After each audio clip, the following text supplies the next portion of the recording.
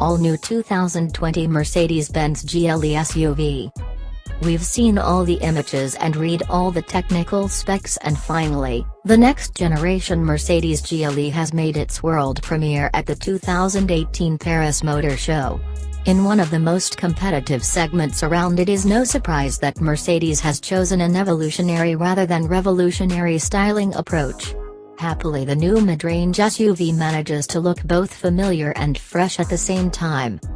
That is something that should please existing customers and hopefully pull in shoppers that may be gravitating towards refreshed rivals like the new BMW X5. Those smoothed-off sides and flowing lines make the GLE look smaller than its predecessor, yet it is actually slightly larger and offers more interior space thanks in part to a longer wheelbase. Ride comfort has also been improved thanks to a fully networked hydronomic, active air suspension using a 48-volt system.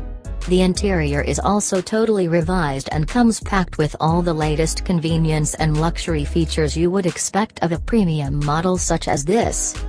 Technological innovation is one area where the new GLE is clearly taking some big steps forward, and the 4MATIC AWD system is now also able to transfer 100% of the engine's torque output between axles.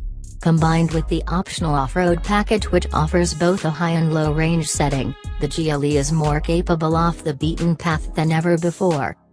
Enhanced economy has also been a top priority, and that slippery new shape gives the GLE a drag coefficient of 0.29, the best in its class.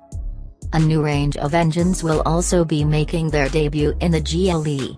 US customers will initially be able to choose between the GLE 350, which is equipped with a turbocharged 255 horsepower 2.0-liter motor, and the 362 horsepower 6-cylinder GLE 450 that incorporates a mild hybrid system offering both a power and economy boost.